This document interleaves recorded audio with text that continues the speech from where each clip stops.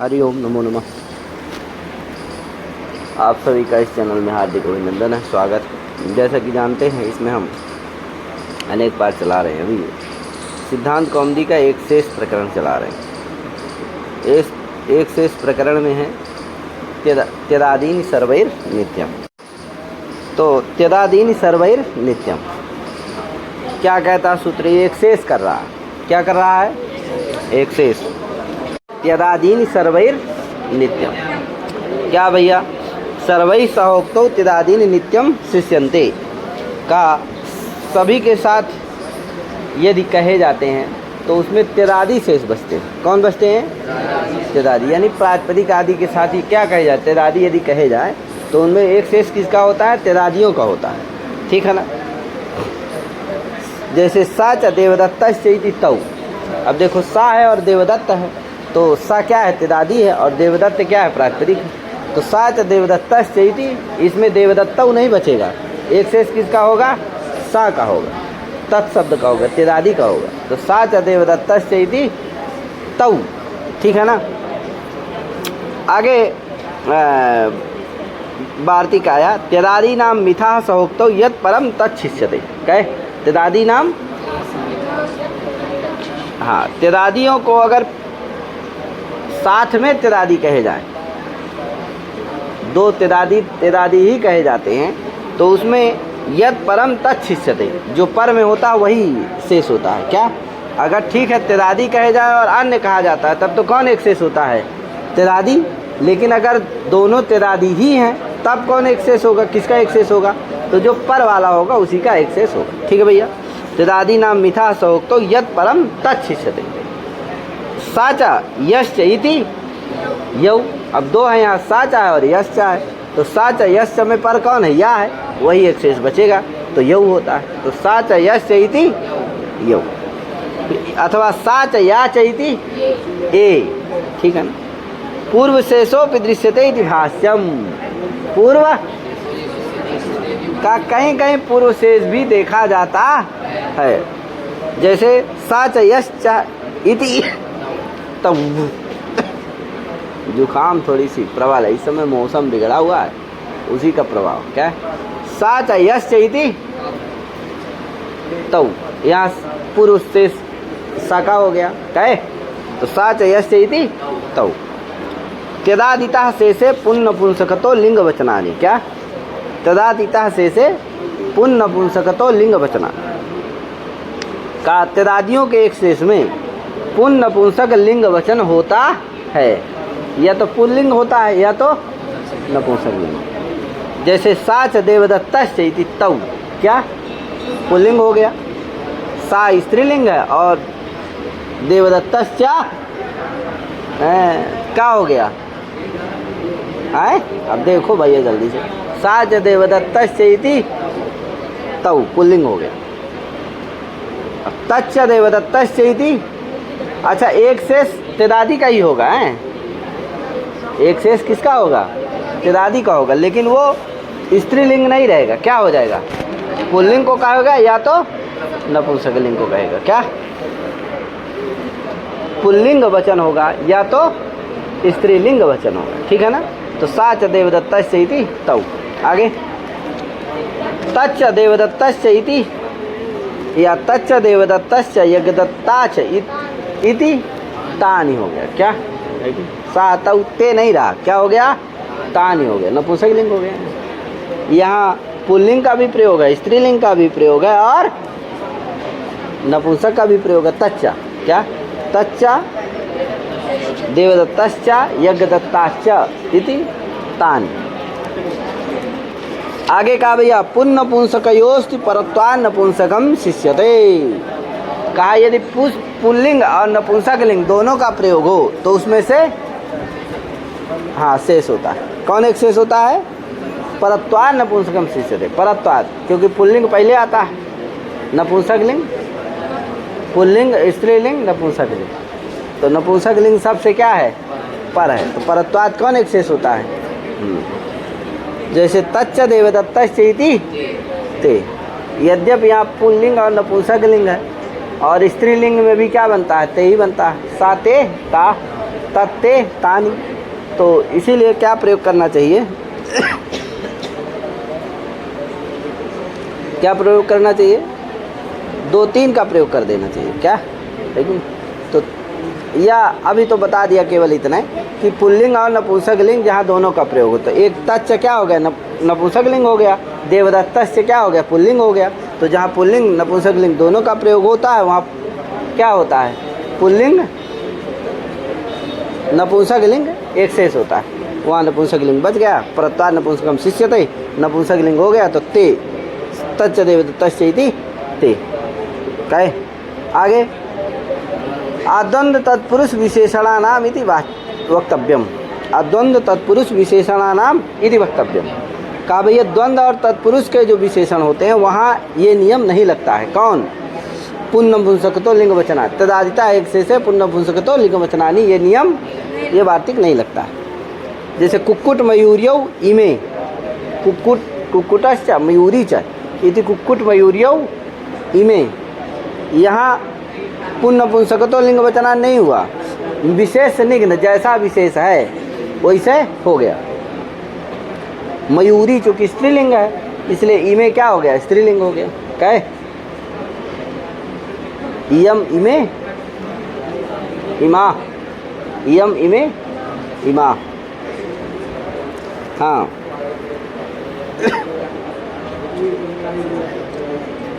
और इदम इमे ईमान। कहे तो स्त्रीलिंग यहाँ हो गया है। और मयूरी कुक्कुटौ इमऊ, यहाँ कुक्कुटौ क्या है, ये पुल्लिंग है, उसी का निग्न है वो, तो इसीलिए क्या हो गया, पुल्लिंग हो गया। कहे इमऊ हो गया। तच्चा साच अर्धपिपल्यौ इति ते, यहाँ ये तत्पुरुष हो गए, ये तो द्वंद्व थे दोनों, मयूरी कुक्कुटौ इमऊ अथवा कुक्कुट मयूर्यौ इमे, इमे ये क्या थे, द्वंद्व थे। और ये तच्च साच अर्धपिपल्यौ इति ते, ये क्या हो गया, तत्पुरुष अर्धपिपल्य। आगे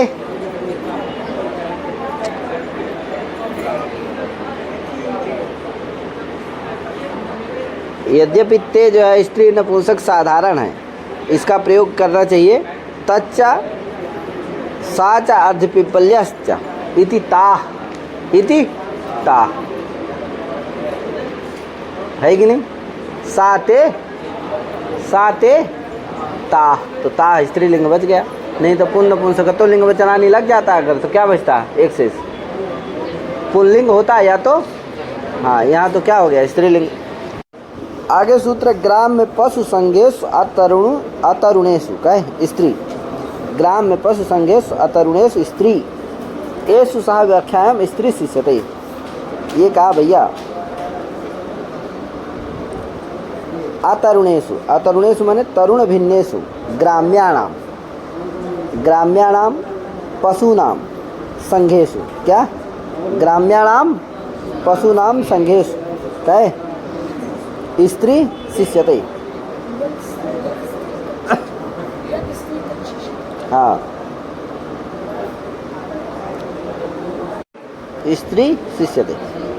पुमान स्त्रिया इत्यस्य अपवादः, कहे पुमान स्त्रिया क्या कहता है, स्त्रिया से तो पुमान शिष्यते, ये क्या कहेगा, स्त्री शिष्यते, तो उसका क्या है, अपवाद है। लेकिन ये है कि वो सब जगह लगेगा, उसका सभी पुमान स्त्रिया विषय हैं, इसके केवल तरुण भिन्न ग्राम में पशु ही क्या हैं, विषय हैं, इसलिए व्याप्य है इसका विषय और उसका व्यापक है, इसलिए अपवाद है।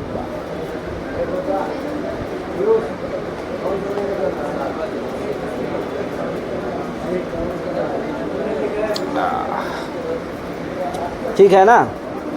जैसे गावा इमा, गावा इमाह गावा, क्या,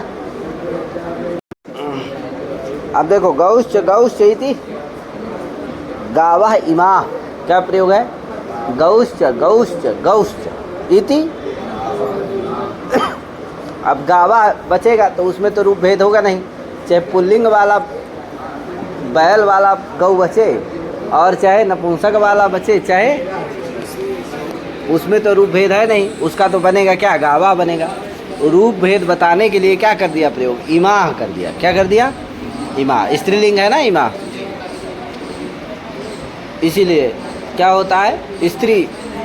ग्राम में पशु है, तरुण भिन्न है, तरुण नहीं है, ग्राम में भिन्न पशु है, तरुण भिन्न ग्राम में पशु है, ग्राम में पशु ना है सब, क्या वन वाले थोड़ी हैं, क्या वन पशु नहीं है, क्या है ग्राम में पशु, और तरुण भिन्न है, तरुणी नहीं है, तो तरुण भिन्न ग्राम में पशु कहे गए हैं, संघेषु है, इसलिए स्त्री शिष्यते, इसीलिए गावः इमाः प्रयोग हो गया। ठीक है ना भैया। आगे यहाँ वो नहीं लगता, तदादिता से पुनपुंसक तो लिंग वचनानि नहीं लगता कि पुल्लिंग और नपुंसक लिंग हो, ऐसा नहीं, क्यों गावः इमाः ये भाष्य प्रयोग है। ठीक है ना। आगे ग्राम में इति किम रुरव इमे, रुरव, हाँ ग्राम में क्यों कहते हो, तो ये रुरव पशु विशेष का वाचक है, लेकिन क्या नहीं है ये ग्राम में नहीं है, इसीलिए यह क्या नहीं हुआ, स्त्री एक्सेस नहीं हुआ। रुरव कहते हैं कृष्णाख्यो मृगा, रुरवा है कि नहीं, तो ये जो रुरु है वो कृष्णाख्या मृगा है, रुरु क्या, अब उसी का बहुवचन क्या क्या है, रुरव, रुरवाह, गुरुवाह की तरह क्या है, रुरवाह। अब यहाँ देखो ये जो कृष्णाक्ष मृग है ये ग्राम में नहीं है, क्या है,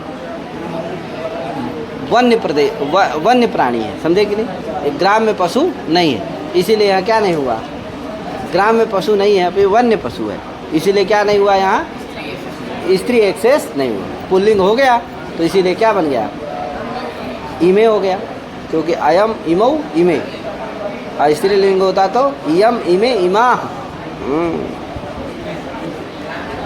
पुमान स्त्रिया से पुमान एक्सेस हो गया, क्या यहाँ। आगे क्या भैया, पशु ग्रहणम किम ब्राह्मणा इमे, अब यहाँ पशु ग्रहण क्यों कहते हो, तो ब्राह्मण, यहाँ पर भी ब्राह्मण का ही एक्सेस हो गया, मैंने पुल्लिंग का रहा, स्त्रीलिंग का नहीं रहा। संघेषु किम एतौ गावौ, एतौ गावौ दो है यहाँ, क्या नहीं, यहाँ समूह नहीं, क्या केवल दो है, इसीलिए यहाँ क्या नहीं लगा, यहाँ भी स्त्री एक्सेस नहीं हुआ, पुल्लिंगे वाला हो गया। अतरुणेषु किम वत्सा में, अब देखो वत्सा है, वत्सा तरुण थोड़ी है, क्या वत्सा तरुण है, क्या नहीं है, अतरुण नहीं है, इसीलिए क्या नहीं हुआ यहाँ, हाँ तरुण नहीं है ऐसी बात नहीं, अर्थात तरुण है वो, इसलिए तरुण भिन्न नहीं रहा, इसलिए यहाँ एक्सेस स्त्री का एक्सेस नहीं रहा। अनेक सफेद स्थितिवाच्यम, अनेक सफेद अश्वा इमे, ये अनेक सफेद स्थितिवाच्यम का मतलब है जहाँ अनेक सफ वाले होते हैं, जहाँ अनेक सफ वाले होते हैं वहीं पर क्या होता है, ग्राम में पशु ये नियम लगता है, क्या लगता है, ये लगता है। आस्वादी क्या होते हैं, एक सवत्तम है कि नहीं, एक सवत्तम गोर लक्षण इसलिए करते हैं ना, तो असंभव दोष से ग्रसित हो जाता है, क्योंकि गाय के क्या होती है, दो सप होते हैं, एक सप होता ही नहीं है, एक सप तो किसके होता है, अश्व के होता है, इसीलिए एक सपवत्तम असंभव दोष से ग्रसित हो जाता है लक्षण। ठीक है ना। तो ये जहाँ अनेक सप होते हैं वहीं पर ये नियम लगता है, जैसे गाय में लग जाएगा, क्योंकि गाय में क्या होते हैं, ये जो सूत्र था ना, ग्राम में पशु संघेषु अतरुणेषु स्त्री, ये जो नियम था, इस सूत्र का जो नियम लगता है वो कहाँ लगता है, अनेक सफेषु, अनेक सप वाले पशुओं में ही ये नियम लगता है। एक सप वाला अगर पशु है तो वहाँ ये नियम नहीं लगेगा, वहाँ स्त्री एक्सेस होता है ऐसी बात नहीं, वहाँ पुल्लिंग भी एक्सेस हो जाता है, समझे कि नहीं। तो जैसे अश्वा इमे, यहाँ नियम लगेगा कि नहीं लगेगा, नहीं लगेगा, क्यों, क्योंकि अनेक सप नहीं है इसमें, इसलिए यहाँ ग्राम में पशु संघेषु अतरुणेषु स्त्री ये नियम नहीं लगेगा, जिसे पुल्लिंग पुमान स्त्रिया से पुल्लिंग भी एक्सेस हो जाएगा, जिससे अश्वा इमे ऐसा प्रयोग, इमे इमे ऐसा अनुप्रयोग हो जाता है। आगे अब देखो लिखा ई सर्वत्रैक शेषे कृते अनेक सुबंतत्वाभावात् द्वंद्वो न तेन शिरसि शिरांस इत्यादौ समासस्य इति अन्तोदात्तः प्राण्यंगत्वात् एकत्वभावस्य न पंथानो पंथान इत्यादौ समासांतो न कहे का। देखो एक शेष होता है तो द्वंद्व नहीं होता, द्वंद्व समास क्यों? अरे एक शेष हो जाएगा तो एक ही पद न बचेगा, दो ठहरावा ही नहीं करेगा तो सुबंत दो मिलेंगे ही नहीं, तो एक शेष कहाँ से होगा? ये द्वंद्व समास कहाँ से होगा? द्वंद्व समास नहीं होता है। वही कह रहा सर्वत्रैव एक शेषे कृते अनेक सुबंतत्वाभावात् द्वंद्वो न, समझे कि नहीं? एक शेष हो जाने के बाद अनेक सुबंत नहीं रहते हैं जिससे द्वंद्व समास नहीं होता है। तेन इसी कारण शिरसी शिरांश, अब जब समास हुआ ही नहीं, क्या समास? तो समास निमित्तक अथवा द्वंद्वस्य प्राणी तूर्य सेनांगा नाम इत्यादि से एकवत भाव, द्वंद्व संज्ञा निमित्तक न एकवत भाव होता है, न समास संज्ञा निमित्तक समासस्य इति अंतोदात्ता न भवति। समझे कि नहीं? कहाँ? शिरसी में और शिरांश इत्यादि प्रयोगों में। पंथाना में समासांत टच हो जाए लेकिन ऋक् पूरब्धु पथा मानस्य हो जाए, लेकिन नहीं होता। क्यों? क्योंकि द्वंद्व समास हुआ ही नहीं। वो समास में कहा था समासांता प्रत्यय भवन्ति, कहे समास के अंत में सब होते हैं। ठीक है ना?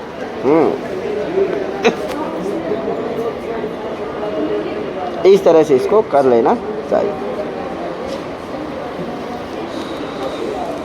आगे आए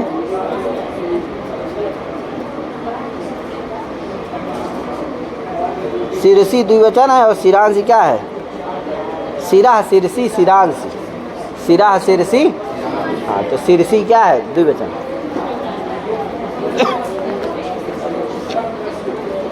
इति एक शेष प्रकरणम, इस तरह से एक शेष हो गया। अब आगे आएगा सर्वसमास प्रकरणम, सर्वसमास शेष प्रकरण।